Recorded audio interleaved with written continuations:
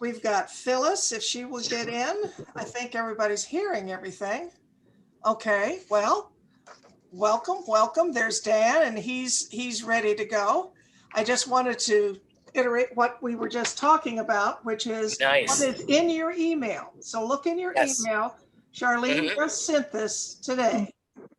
And it is the flyer for the luncheon that is coming up on the 10th of May or the 17th if it's raining. That's the rain date. So look in your email and respond, pick what you want to eat. And other than that, I'm just saying, welcome to Dan. And there he is. Yes. In his outdoor porch, I guess. So it is all yours. Take it off. So I need to introduce Dan and talk a little bit about him. So Dan has been working in the garden center industry since 1988. For 32 years, he was the nursery manager at the former Hadley Garden Center. In 2020, he moved to Wansink Nursery, becoming the retail manager. He has helped thousands of customers make informed plant choices throughout his career. With the increased interest in the attraction of birds and pollinators, this talk will hopefully help everyone who participates have a better understanding of how to make their own yards attractive havens for these important species. I'm willing to bet that Dan knows every one of us and that every one of us know Dan. I'm going to turn it now over to Dan Ziomek and let him take it away. Well, thank you for having me. Sorry, we have a plane going over right now, and I'm sure we'll have some other interruptions before I'm done here.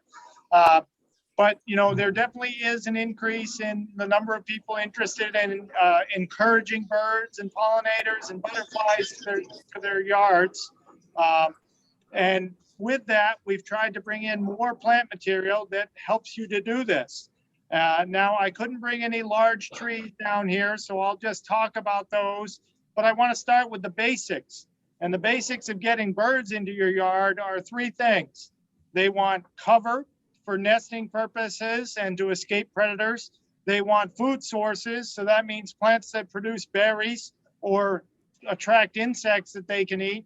And they want water, which is easily provided by us with a bird bath or some other source of water. Maybe you have a small pond, anything like that, so they can take baths and drink water is going to help the birds out. As far as planting for the birds, we want to think in terms of fruit and cover. And some of the trees that I would recommend to you to look at are native dogwoods, the good old white flowering, pink flowering dogwoods, crab apples of all types. Most of what we carry nowadays are small fruited varieties that the birds are going to gobble up. I was talking before the session started with Catherine about snowdrift crab apple. That has always been my favorite. It produces a pink bud, a white flower, and then a small orange fruit. And when I had my nursery, that was always the first tree that got cleaned out by the cedar waxwings. They would skip all the other crab apples and go for that one until they were all gone, and then they would work through the other varieties. Serviceberry, Juneberry, Amelanchier, you may know it as, or Shadblow.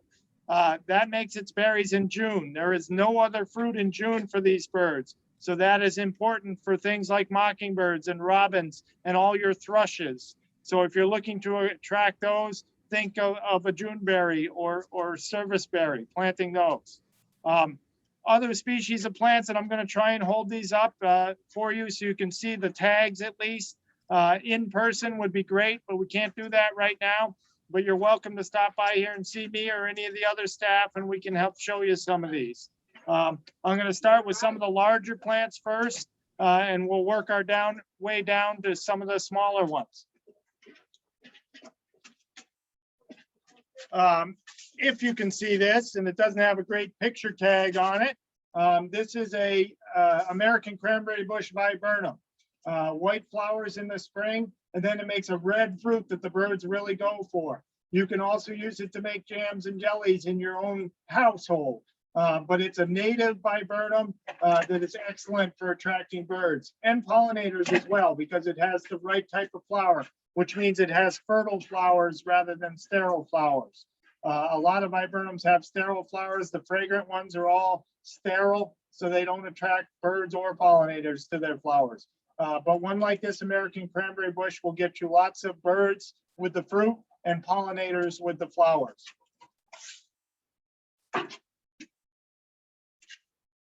This is probably my favorite native viburnum. This is Viburnum casinoides, or wither rod viburnum. It makes a white flower in May. Then it makes a red fruit that eventually turns black starting in August or September. And it has a gorgeous purpley red foliage in the fall. It likes it on the wet side, gets about 6 feet tall, but the viburnum leaf beetle does not bother this. If you've had any experience with viburnum leaf beetle, they go after the native viburnums. They don't seem to like this one for some reason. So that might be a good choice for you. Now this one is both for birds and for pollinators. This is spice bush, Lindera benzoin. Makes a yellow flower very early in the spring. You can kind of see it on the tag there. And then later on, it's going to have a nice yellow foliage in the fall. But the reason we plant this is a red berry that the birds like. And then there's a specific butterfly called the spice bush swallowtail that will only use this plant to reproduce on. It's a gorgeous caterpillar and then a gorgeous butterfly. So if you're looking to attract that particular butterfly, make sure you get a spice bush in your yard. I saw one of these up on Mount Toby, and it had 6 or 8 of the caterpillars on it. They look like Christmas ornaments. That's how gorgeous the caterpillars are.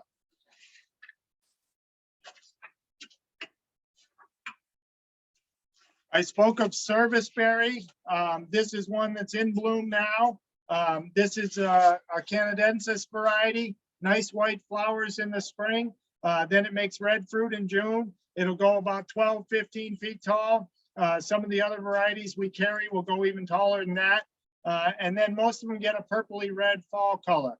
They're typically multi-stemmed, as you can see this one is, and a good plant for wet areas. Native plants are the way to go when it comes to birds and pollinators, and this is a great native to use in your yard.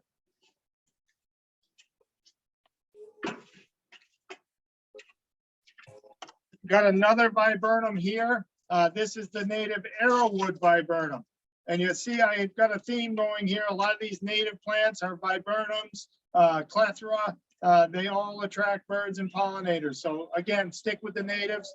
This one makes a white flower in May, and then iridescent blueberries in the fall that things like bluebirds and hermit thrushes just devour when they see them. The foliage turns purpley red in the fall. Great plant to use in your native plantings.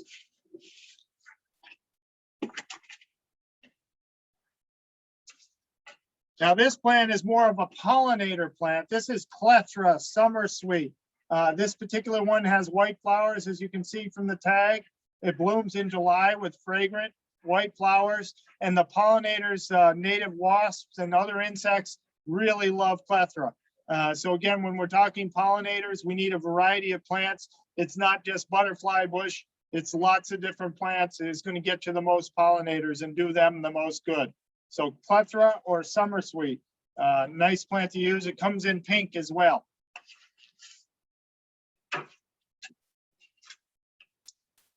Most people know this plant. This is winterberry holly. We typically see this in wet areas around old beaver ponds and that kind of thing. A lot of people, including myself, are planting these nowadays to cut the berries for Christmas.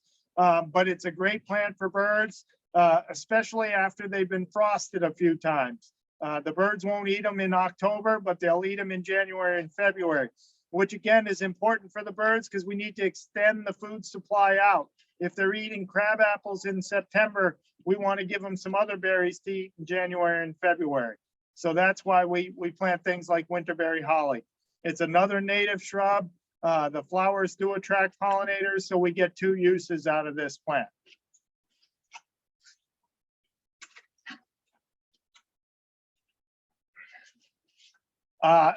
Blueberries. We always think of blueberries as being for us only, but they attract a lot of pollinators. Native bumblebees use blueberries for pollen. This happens to be a low bush blueberry. I have a high bush blueberry as well. For us, you get the flowers in the spring, you get fruit in the summer, and then you get gorgeous red fall color. For the pollinators and the birds, they use the flowers in the spring and the birds will eat the fruit in the fall. So if you have the room in your yard, plant a few extra and leave them for the birds. Don't cover them all, okay?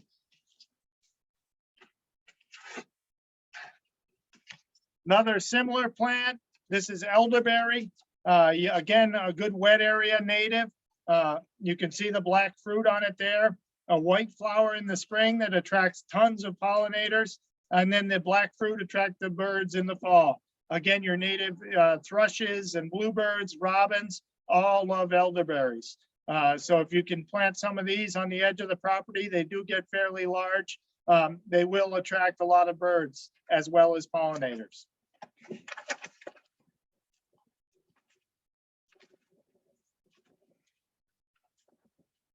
For the hummingbird enthusiast, I brought up one vine type honeysuckle. We can't sell the shrub anymore. That's on the invasive plant list.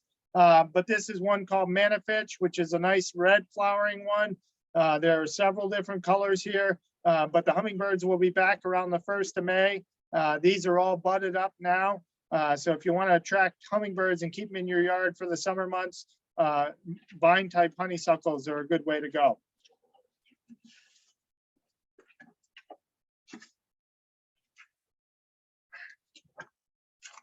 And then, of course, we do have butterfly bush. Now, again, this is more for pollinators than for birds. This happens to be Black Knight, which is a good dark purple one. We'll have all different colors shortly here. But this attracts certainly the butterflies, but lots of other pollinators as well. There are lots of tiny little insects, which are pollinators that we don't really pay attention to, but they're all serving a purpose for us. So you want to actually give them things to feed on as well. And when I get to the perennials here, you'll see some of those things. The other thing they talk about with pollinators is not cutting your perennials back in the fall. A lot of them overwinter in the stems of your perennials in your garden. So if we cut them back and clean up our gardens in the fall, we're taking away those pollinators overwintering spots. So don't always be quite so tidy with your garden. Wait until springtime to clean it up. And that'll give the pollinators a better chance.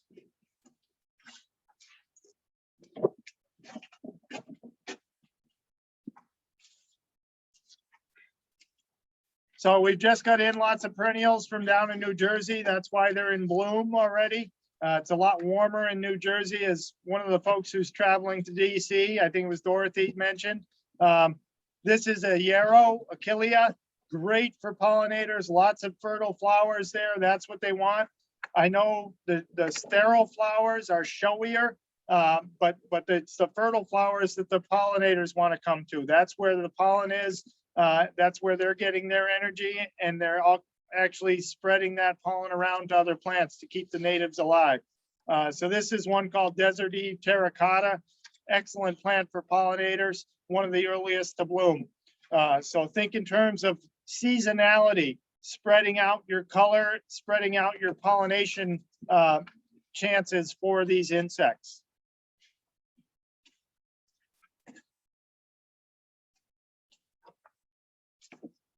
And I should have mentioned when I was talking about the shrubs, Ted Watt, who used to work at the Hitchcock Center, is working here part-time now. And he and I discovered last year that quickfire hydrangea, which you wouldn't think of as being good for pollinators, is excellent for pollinators. There were probably 8 or 10 different species of pollinators on quickfire hydrangea when it came into bloom last year. So most of the hydrangeas are not good for pollinators. They've improved them, so to speak, to make them showier flowers. But when you're thinking in terms of pollinators, quickfire is a good choice. Getting back to perennials, this is Aquilegia or Columbine, another early flowering pollinator attractor. Ted actually pulled this out for me yesterday and said, you know, not only do the hummingbirds use it, but the pollinators love it as well. So again, spreading that pollination season out is going to get us the most pollinators and do the most benefit for them. Another beauty here, scabiosa. This is butterfly blue. Most of you know this. Gets about 12 to 15 inches tall. Great for pollinators. Lots of fertile flowers right in the center there that they come to get that pollen out of there. It's a good choice for a low spot in your garden. Bright sun. Lots of different salvias to pick from nowadays. I think we have 15 or 18 different varieties. This happens to be Blue Hill, which is a good old-fashioned variety.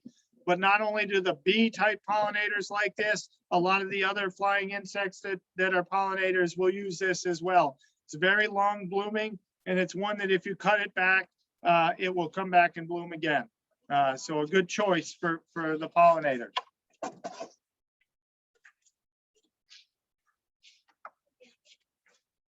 I'm doing a Zoom talk. This is Gaillardia. This is one called Arizona Red Shades. Excellent choice for pollinators. Somewhere in there is a nice flower hidden away, just starting to come into bloom. There you can see it. The pollinators are going after that center flower there. This plant only goes to about 12 or 15 inches tall. Again, mixing it up, not planting all of the same, is going to give you the widest range of blooms and get you the widest range of pollinators.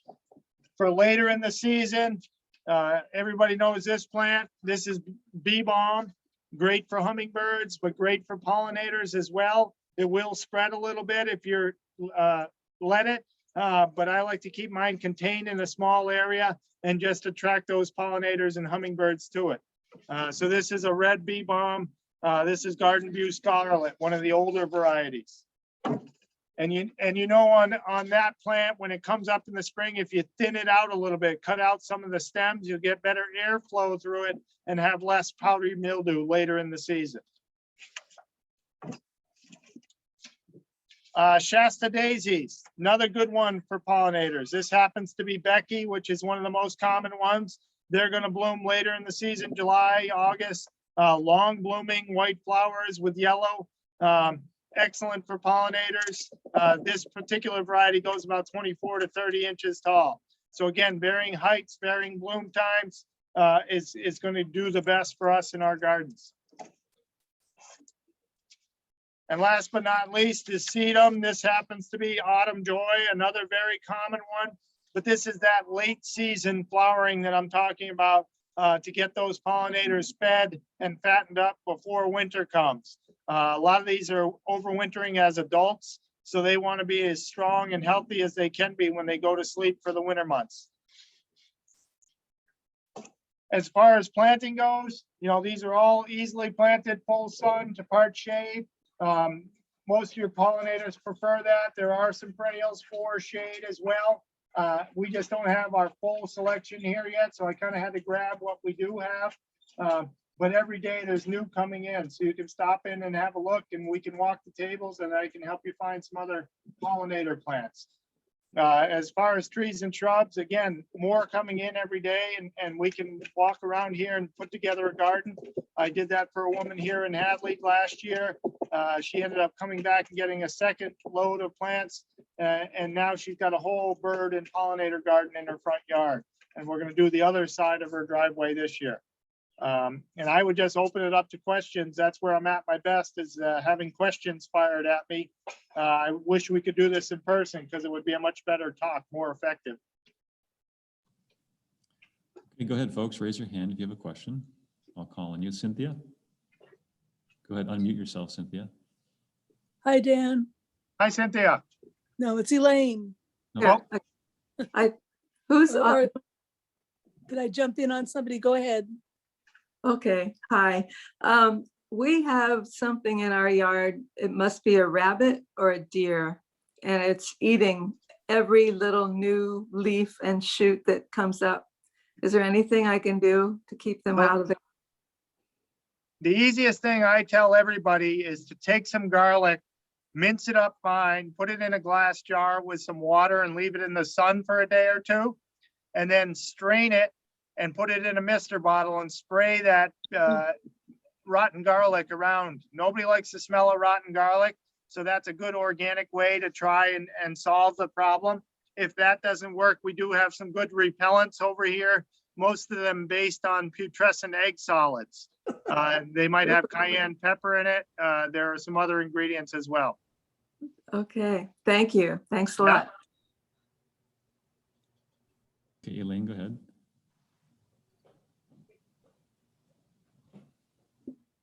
Elaine, are you there? Go ahead.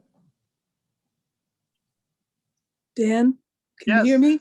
Yes, I can. When you were doing the shrub presentation, it seemed like you were doing mainly, if not all, native.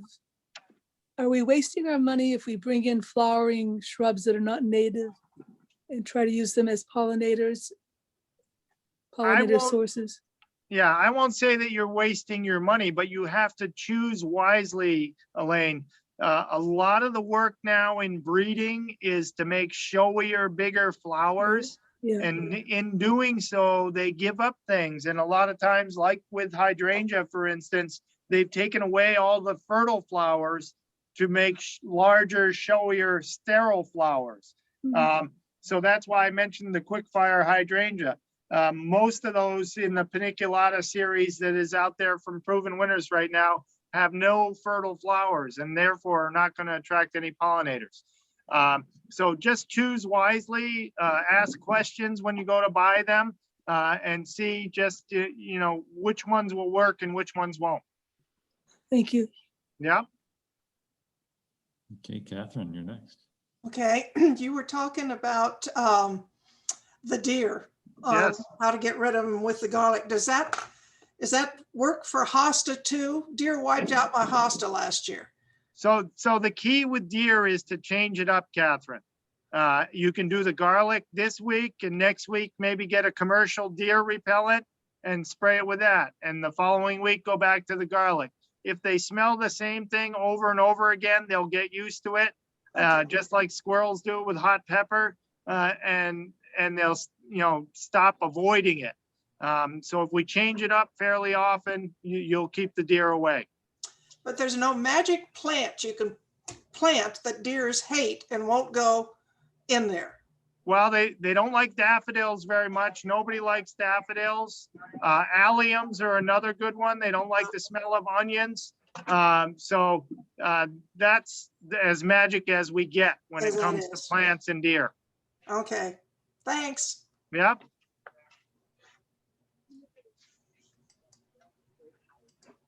We have a question here from Charlene. Hi, Dan, I took a trip around, a walk around the Amherst Women's Club grounds today, and the rhododendrons here are looking really tough. And I've seen that in other places as well. So I'm wondering if they've had a really bad winter. Well, from what I've seen, and obviously I've been here a lot, so I haven't been out and about. I haven't seen it as bad as it was, say, 3 or 4 years ago when it comes to rhododendrons. Now, this changing weather, this climate change stuff is good for some plants and not so good. And rhododendrons is one of these plants that I think is not liking the climate change, the warmer winters quite so much. What happens is we stay warmer in the fall longer, therefore the plants don't go dormant the way they should. And that leaves them softer and, More vulnerable. more vulnerable to winter injury. So one thing I would suggest with those plants is to keep them watered well into the fall so that they're fully hydrated before the cold weather hits. And maybe think about using anti-desiccants like wilt-proof, at least an initial application, let's say around Thanksgiving or a little thereafter, may help to prevent some of this. We're also losing a lot of our tree canopy, and rhododendrons like some shade. And when we lose that tree canopy to the wind, to dying off a species like hemlock, that exposes them to more sunshine than they would really like. So there's no easy answer. Okay, yeah. One piece of that too is that they have, some of the leaves have spots on them. Does that mean that that's disease? You're the third person since 11 o'clock who's brought in or asked about spotted leaves. And I think that's leaf spot fungus that you're seeing on there. And that probably happened during the growing season last year. So my best suggestion to you would be to get some copper or daconil fungicide and treat the new growth when it comes out with that fungicide. We can't control it on the old leaves, but we can protect the new foliage from getting any further leaf spot. Okay, Cindy, you have that? She's our garden woman. Ah, Oh, okay. Thanks, Dan. yeah. I have a question about tree peonies. Yes. We recently moved houses and I potted up my tree peonies in November and brought them over to a new house, and they overwintered in the pots, and now I've put them in the ground. They are looking like, yeah, maybe they're alive. Any advice? Should I cut back any of the dead one, or should I wait the whole season and until next year to see what happens?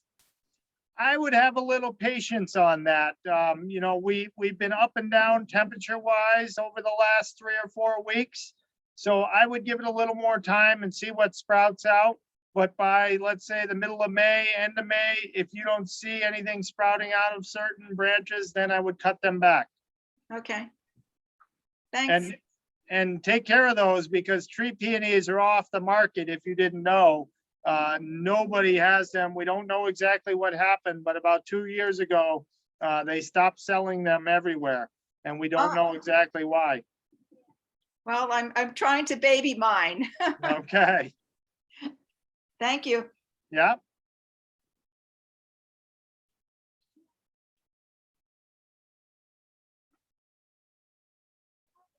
Any other questions? Anything? Okay, Susan Stern. Susan. Go ahead and unmute yourself. Susan, unmute yourself if you can. Okay, does that garlic brew work on chipmunks that like my potted plants? Yes, it does. I would definitely give it a try. It works on everybody. Nobody likes the smell of rotten garlic. Yeah, well, someone had suggested the cayenne, pepper, the red pepper, and that worked like a charm. I mean, one day I had all the soil all over my patio, and the next day when I put it in, they didn't go near it, but I was wondering if the garlic would work on that too. Yeah, I would switch it up, do the cayenne one time and the garlic the next time. Now, I've been just yeah, I'm sorry, go ahead. They don't like the cayenne because it gets in their pads and burns their feet. Oh, okay. Well, I just been using the from my spice rack, just the powder, and that's fine. Yeah. Okay. Thank you. Thank you. Yeah. All right, Catherine, you're up again. Anyone else have one? You're taking it easy on me today. I am. Well, could I ask you another question then, Dan? Sure. I had in the front garden, where's just the show one where we always sit in the patio. So that's what you see. Got a whole bunch of different perennials, pollinators, and the black-eyed Susans have finally decided that they've been there enough and they're dying out. Yeah. So I have to either put a whole bunch more back in or bring in something else. But their vibrant color was good. That was great. They were right in front of some nice, tall, anyway. What can I replace them with? How about some Joe Pye weed? That would give you, tried that. Okay. give you color at the same time as the black-eyed Susan. Therefore, you'll be, taking care of the same pollinators at that time of year. Okay. You could try some of the newer types of black-eyed Susan, maybe that stay a little shorter. And you could try dividing up, cutting away the parts of the black-eyed Susan that are dying out at your house. Okay. And saving the parts that are still alive, and that might be enough to stimulate some new growth on them. Well, some of them have moved off to the side, which is great because they're giving me a show over there. Right. Are there any kinds of black-eyed Susans that could be used as cut flowers too? Oh, yeah, I would say almost all of them can be. We don't have any here yet, but all the different rudbeckias can be used as cut flowers. Okay, because the ones I got, yeah, but they wouldn't last very long. This variety, I ended up somehow with a mix of varieties. Some were good, some were bad, and you could tell they were different varieties. Right. Okay. There are annual varieties that they specifically use as cut flowers. The perennial ones aren't specific as cut flowers, but they can be used as cut flowers. Okay. Okay. Because I like those guys. They're pretty.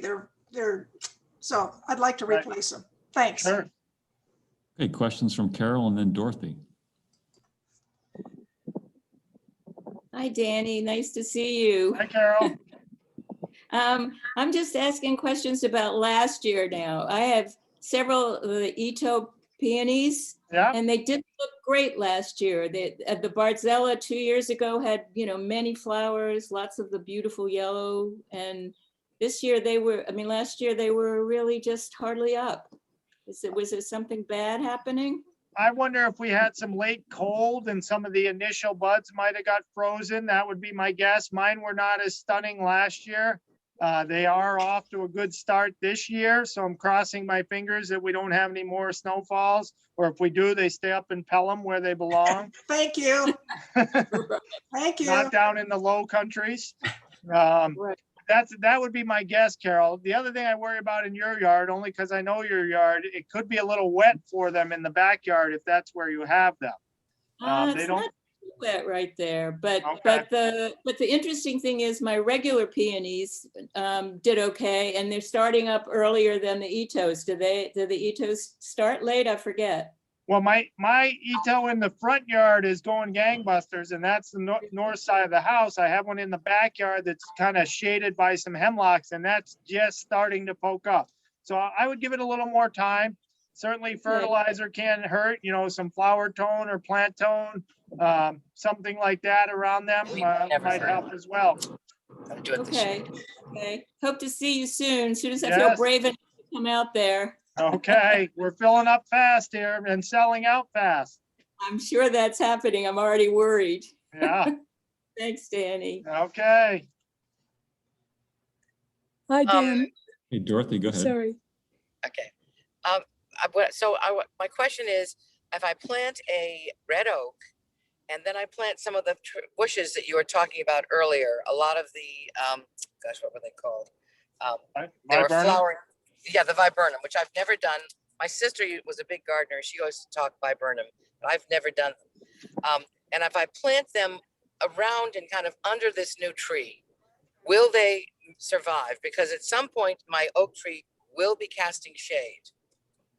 So like with everything, we'll want to choose wisely. I wouldn't plant American cranberry bush under a shade tree, but I would plant that with a rod viburnum under a shade tree. And I would certainly plant clethra summersweet under a shade tree. So we'll just want to pick and choose carefully, Dorothy, and make sure we get the ones that can take some shade. Okay, thank you very much. Thank Yep. Okay, Jackie, go ahead. Unmute yourself, Jackie.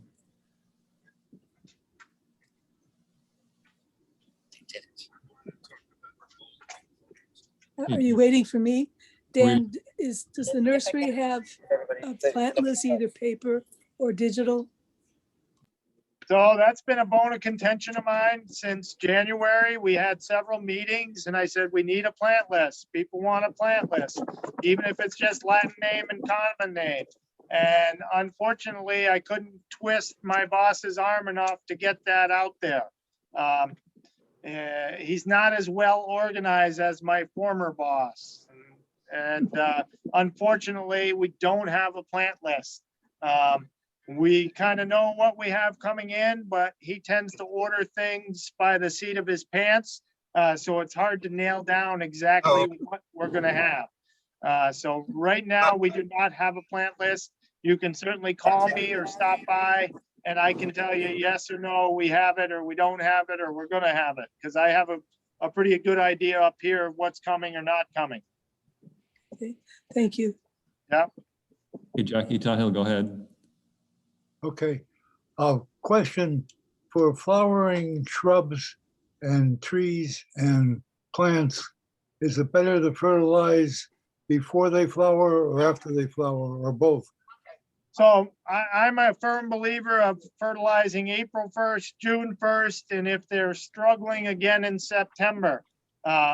So that would be before leafing out, before flowering, and then maybe after leafing out, after flowering. If your plant is doing well, maybe you only need to fertilize it in April. If it is struggling, I really would recommend that April 1st, June 1st regime with some kind of good organic fertilizer. And then we can hit it again in September if necessary. Okay, 5-10-10 or 10-10-10? Either one of those would work just fine. Just be careful not to get it on young foliage that is liable to get burned. Thank you. Yeah.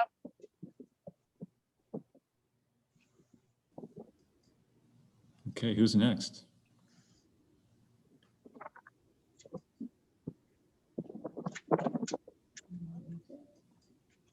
No more questions?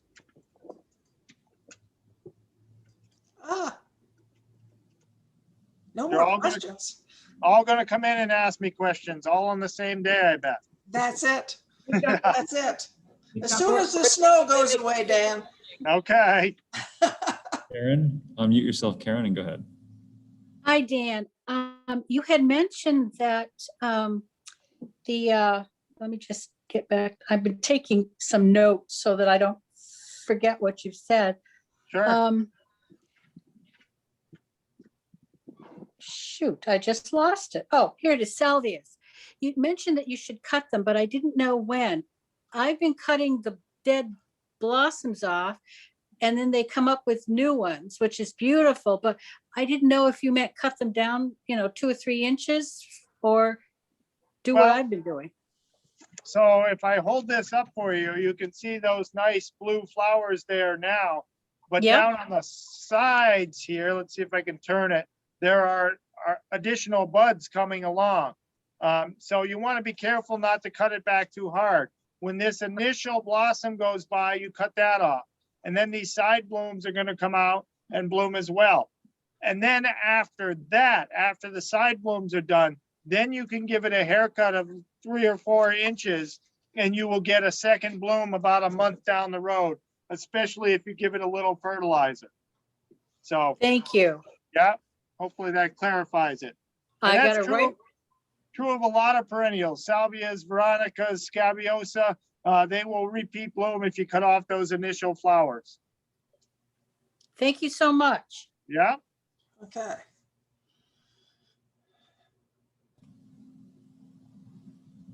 No more questions? No, No? We all want to just get out there and put things in the ground.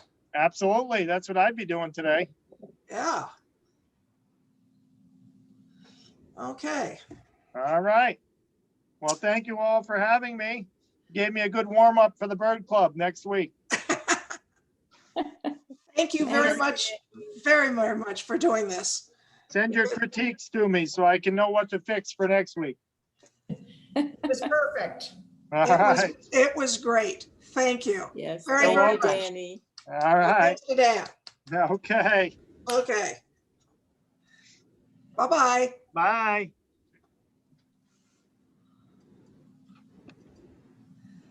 Okay. If anybody has any other questions? We had 25 people this time, so that was fantastic. Oops. Unmute yourself, Susan. Quick question. Don't we give Dan a mug? Yes, I'll take him one. Oh, okay. I'm just, Yeah. yeah, that would be nice. He was great. He's so knowledgeable. He is wonderful and he has a really fun personality. He's Yes, yeah. to work with. Yeah, he's very approachable and non-judgmental. Which is a good quality for us novices. Yes, yes, definitely. Yeah. Well, he once told me to, or recommended something called a Bosnian pine. And it has sort of, it's kind of bunchy and maybe right now is maybe 6 feet tall and it when it starts, it's got a little grouping of something that looks like blue pine cones Ooh, as they start. And it really is very, very pretty, and it stayed nice and compacted and everything, except that I found a picture once, and the Bosnian pine was very, very tall. It was a very tall. Now, I don't know if there was a different variety, but I've got problems if it becomes as tall as it Oh. said, as Well. this picture showed. So maybe just a slow grower. yeah, that's fine. That's fine. But he did recommend the snowdrift crabapple, and I second that. It is a beautiful tree. It as pretty as it, I mean, it's pink as it comes out. It's white when the flowers are open. And then these beautiful, bright, little teeny berries, crab apples, whatever, and they're gone. I mean, everybody eats them. So it's a nice tree. Yeah. How tall does that tree get, Catherine? Is it a big tree? It's been in there maybe 6 years, and it's now 20 feet tall. Oh, okay. And it's about 6 inches around the trunk. And it is now, as I was asking before, it's now leaning. Oh, okay. That's the one that the bear tried to climb this winter. So I've got to get out there and stake it back up again. Yeah. It even has bear claws on it, marks. It's got a couple of marks on the trunk where the back paw was, and 2 different branches have open gouges in them. Now, why a bear would want to go up a little tree? I mean, a 6-inch trunk is a little tree for a bear. I have no idea. Who knows? So I hope everyone's planning to come to the May 10th gathering.